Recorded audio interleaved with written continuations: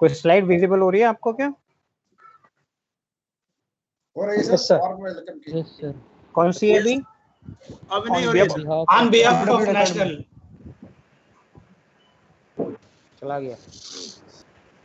Yes हाँ sir. Yes sir, आ गए sir, आ गए सर। वेलकम स्लाइड चेंज हो रहा है? नहीं हाँ हो रहा है सर, हो रहा है सर। हाँ अभी हो रहा है ना? अभी हो रहा है। हाँ चेंज हो रहा है ना? ठीक है।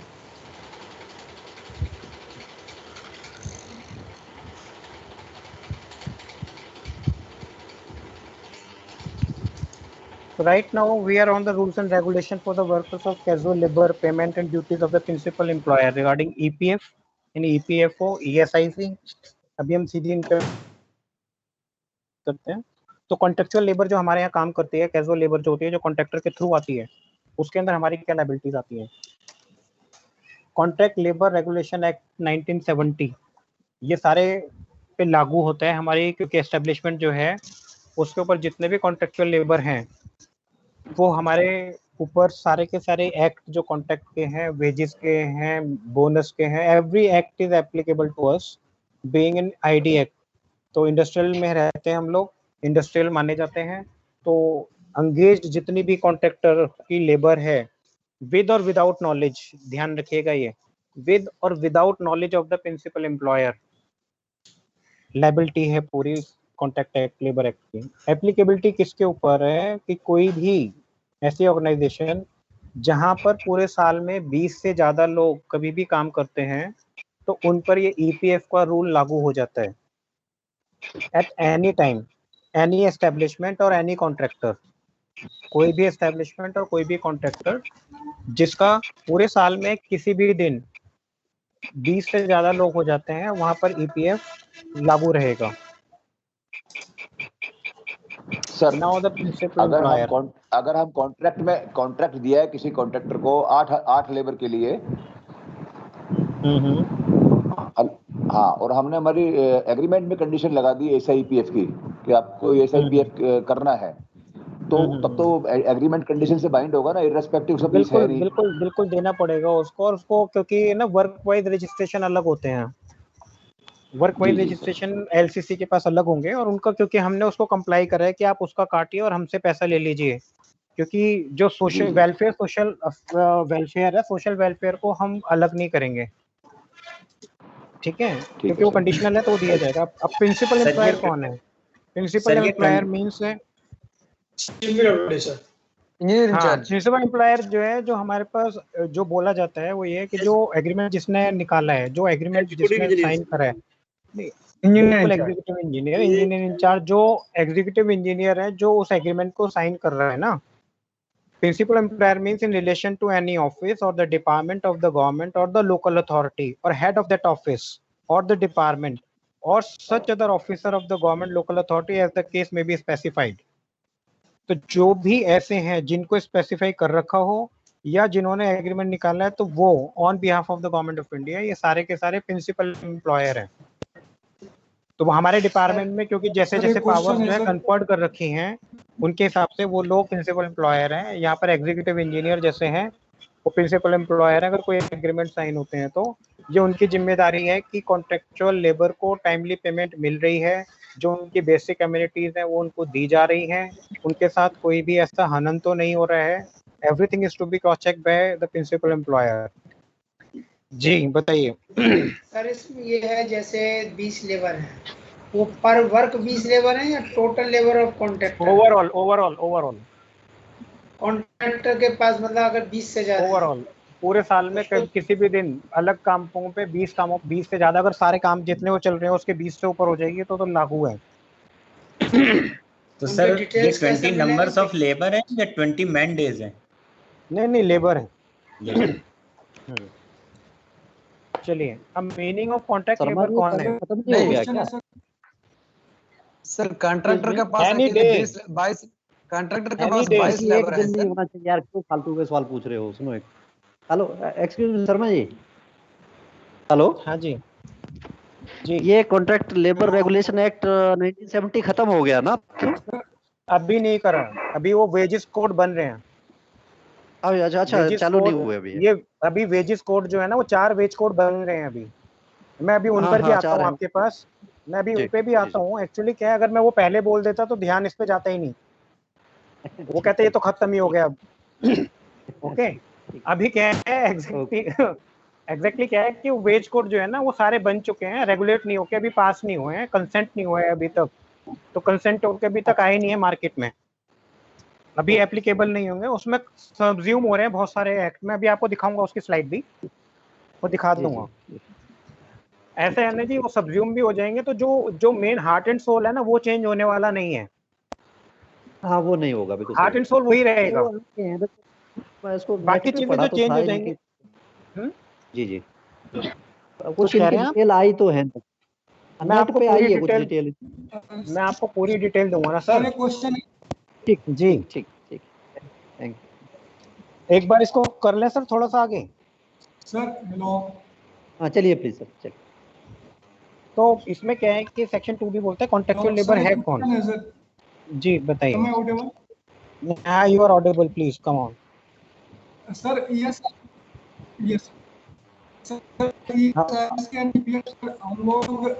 आपकी आवाज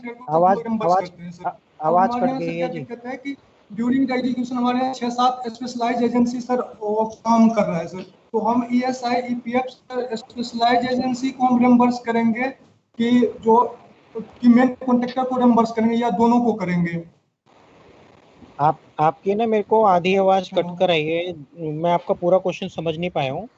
हम एक काम कर लेते हैं, मैं इतने थोड़ी देर पढ़ा ले काम कर लेता हूँ आगे, फिर उसके बाद आप दोबारा पूछ लीजिएगा। अभी हम हो सकता है थोड़ी देर में ऑडियो प्रॉब्लम ठीक हो जाए सारी चीजें। ठीक है, पहले कंप्लीट कर लीजिए। तो अभी इसमें क्या कहते हैं कि कॉन्ट्रैक्ट लेबर क्या है, that is connection to the work और द एस्टैब्लिशमेंट। ओके, हेलो, कोई कुछ कहते नहीं रहा ना? नहीं सर, आप पहले पूरा कर लीजिए सर, उसके बाद क्वेश्चन के लिए 5 मिनट दीजिए सर। मैं वही कह रहा था कि हम थोड़ा ये पूरा कर लेते हैं, फिर हम क्वेश्चन डिस्कस कर लेंगे। हाँ सर। तो कॉन्ट्रैक्ट लेबर में क्या है कि व्हेन ही इज हायर्ड और in connection with such work और थ्रू द कॉन्ट्रैक्टर विद और without knowledge of the principal employer, do remember this, कि अगर आपकी नॉलेज में भी नहीं है और आपकी साइट पर कोई कॉन्ट्रैक्टर लेबर काम कर रही है, उसके साथ कोई मिसहैपनिंग हो गई या उसका कुछ भी है, तो आप लाइबल रहते हैं। हम लोग, हम ये नहीं कह सकते कि ये तो हमारे उसमें ही नहीं था, एजेंडा में इसने नाम ही नहीं दिया था मिस्टर ABC का, और ABC काम कैसे कर रहा था, तो वो हमारा फेलियर है कि जब नाम नहीं था तो साइट पर एंट्री कैसे दी। तो इसलिए क्या है कि ये चीज इसलिए लिखा होता है लॉ में, क्लियर लिखा हुआ विद और विदाउट नॉलेज। और 14 साल से नीचे, चलो 14 तो क्या, हम तो 18 से नीचे काम नहीं कराते हैं। ठीक है, second is meaning of contractor.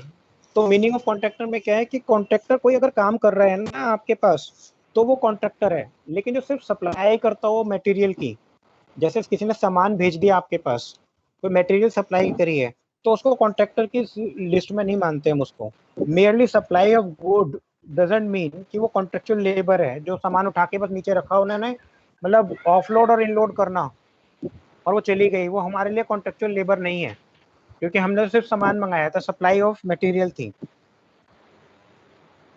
Now the fair wages.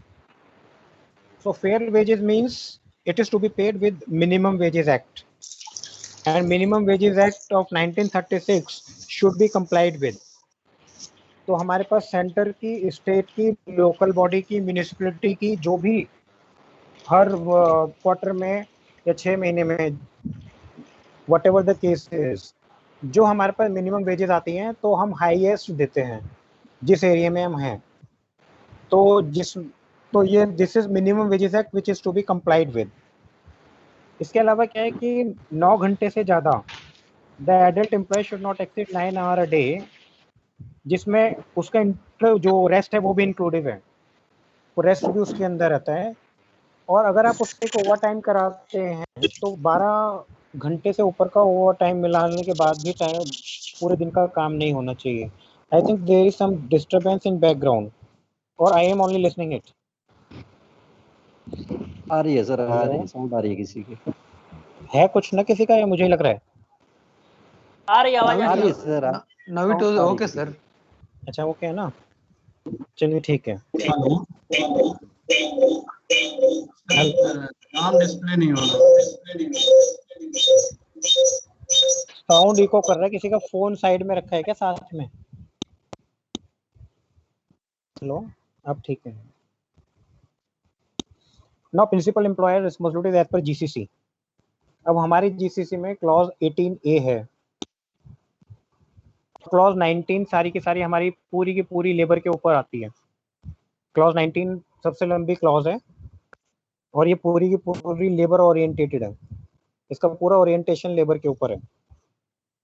तो इसमें क्या है कि प्रिंसिपल एम्प्लॉयर के लिए लिखा हुआ है, ये हमारा सेक्शन है कि जितने भी वर्कर हमारे यहाँ काम कर रहे हैं कॉन्ट्रेक्चुअल लेबर पे, तो we are the principal employer for them and we have to comply each and every rules and regulation which pertains to the labour. So welfare measurement जितने भी हैं, it is to be given and any compensation which is to be paid or at the time of any kind of calamity or any time of mishappening, then if contractor fails to give, then it is to be given from the principal employer and it is to be recovered from the concerned contractor. Now clause 18B, ensuring the payment and amenities to workers if contractor fails, which I have earlier told you. And clause 19 is labor laws is to be complied with by the contractor, all labor laws. Now first one is payment of wages. So payment of wages is to be given directly. It should be given directly either through the subcontractor or by him. Subcontractor अगर कोई होगा तो with the permission of engineer in charge होगा, otherwise subletting of the work is not allowed. Excuse me sir. So cash payment होगा sir कि through bank account? Labour को जो payment करनी है 100% बैंक अकाउंट, इसमें मेंशन नहीं है सर। 100%। अभी आगे आ जाएगा, अभी स्लाइड में आगे आ जाएगा। ओके, सो कॉन्ट्रेक्चुअल लेबर रेगुलेशन एक्ट जो है हमारे पास 1971 will be applicable. In this provision the contractor is bound to allow the labor directly or indirectly employed the work for 1 day rest for 6 day working. अगर 6 दिन लगातार वो काम करवाता है किसी भी लेबर से, तो 7वें दिन का उसको पेड रेस्ट देना है।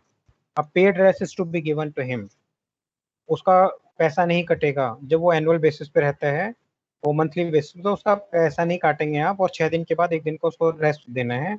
In the event of default, E&C shall have the right to deduct the sum or sums not paid on account of the wages or weekly holiday to any labor and pay the same to the person entitled, and is to be recovered from the contractor.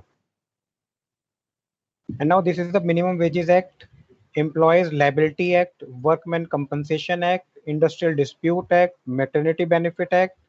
These all kind of act are to be complied with, and the modification thereof time to time by the contractor, and we have to govern the same.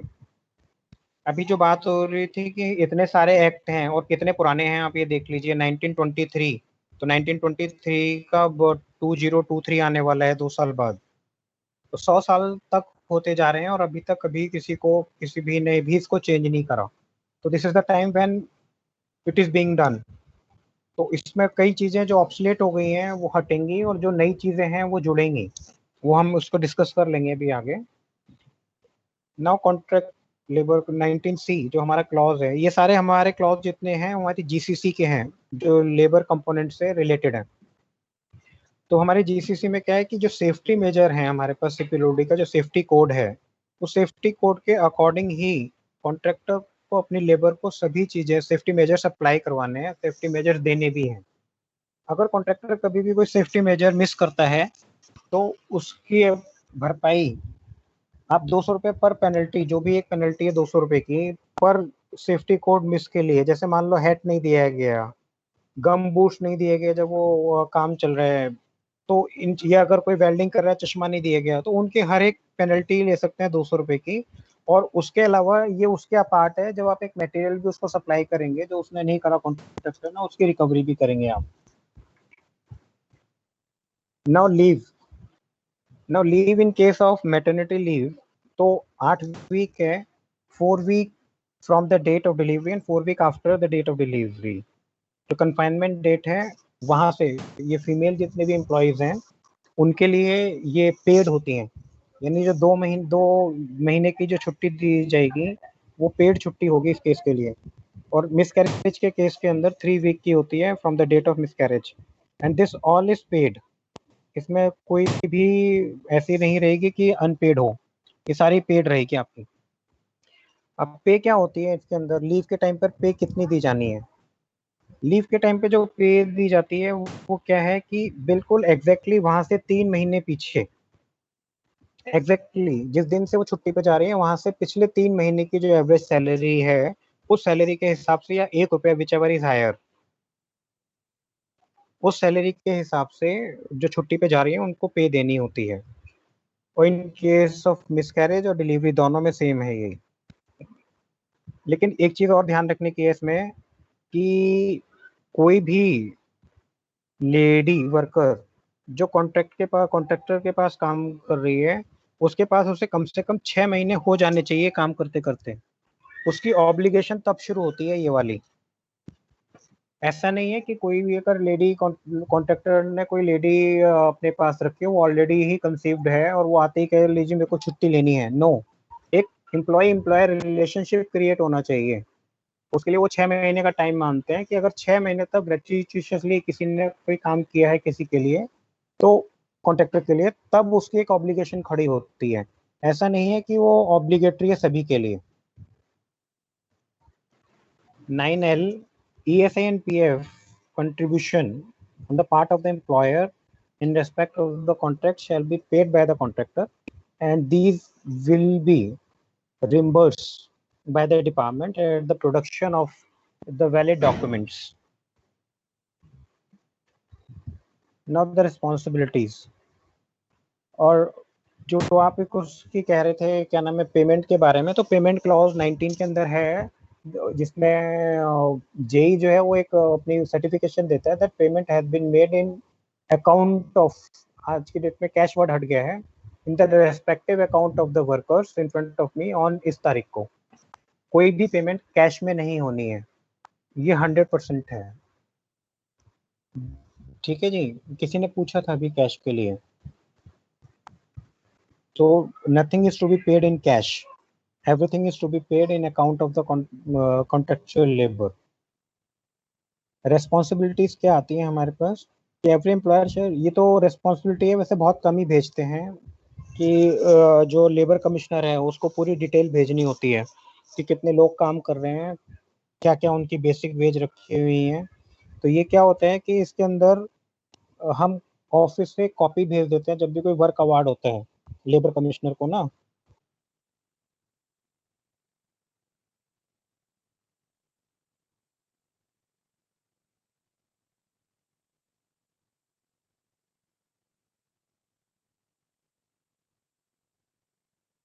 No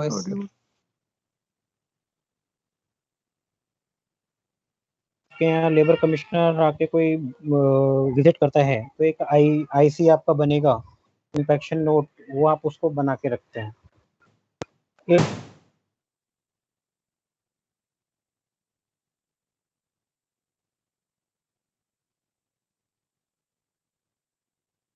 आवाज नहीं आ रही है।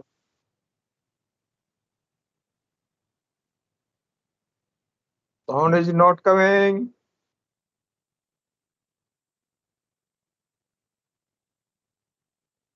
आवाज चली गई, कहाँ गई?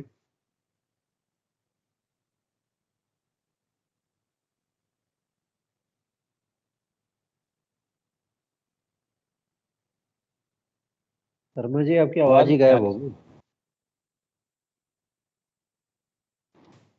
Sir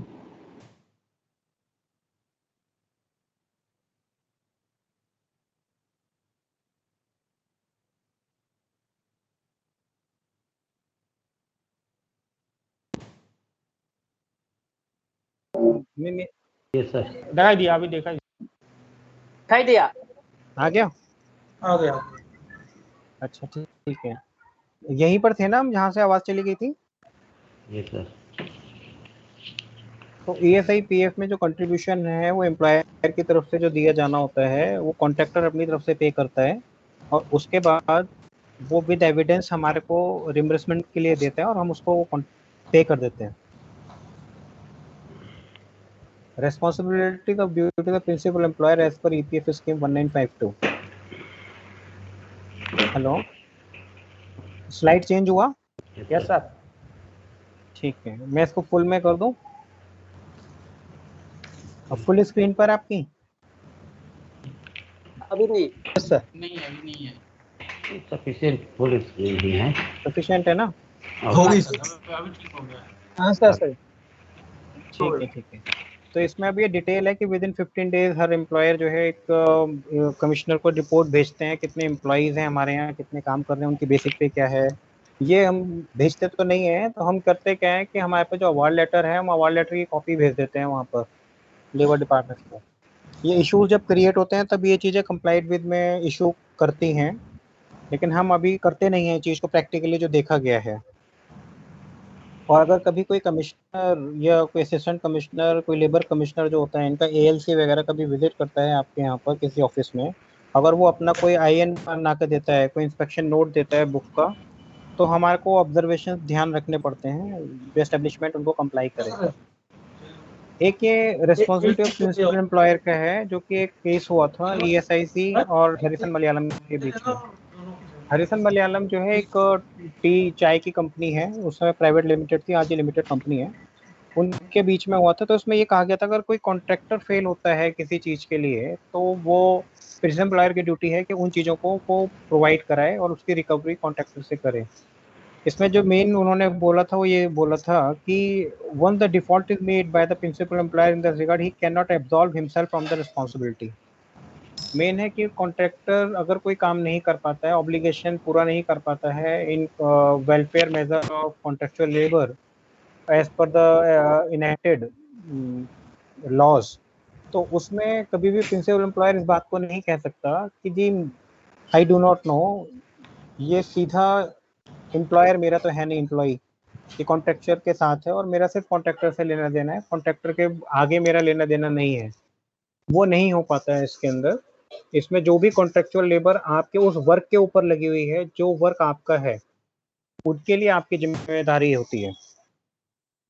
और उसमें अगर कोई भी कहीं पे वो फॉल्ट करता है तो उसकी रिकवरी आपने कॉन्ट्रैक्टर से करनी है और पे करना होता है कंसर्न को, जो कंसर्न जिसको लॉस हुआ है, चाहे वो फाइनेंशियल हो या उसका फिजिकल हो, तो उसकी जैसी भरपाई है, उसकी भरपाई हमारे को जो की जाती है वो कंपनसेशन एक्ट से की जाती है। और अब हम उसके ऊपर डिस्कस करेंगे कि कंपनसेशन एक्ट क्या है। ओके, अब इसमें क्या होता है कि जो एम्प्लॉयज प्रोविडेंट फंड में स्कीम में जो पैसा जाता है, 12% आपका और 12% एम्प्लॉय का। तो बोलते हैं कि एक प्रूफ लाओ, तो आईडी प्रूफ चाहिए, मेरा सब कुछ तो उसी में था। तो 12% जो होता है, तो उसके अंदर 3.757% जो है एम्प्लॉय के अकाउंट में जाता है और 8.33 उसके पेंशन फंड में जाता है। यानी उसके भी दो टुकड़े हो जाते हैं। जब ईपीएफ में वो पैसा पहुंचता है तो उनके दो हिस्से कर दिए जाते हैं। एक हिस्सा तो करा जाता है एम्प्लॉयज के अकाउंट में और दूसरा किया जाता है उसके पेंशन फंड में, जो कि उसको रिटायरमेंट जब भी वो 60 की एज को करेगा तब उसको पैसा मिलता है। बाकी में से वो पैसा अपना विड्रॉ करता रहता है। तो this is the all about your EPF. Now I'll do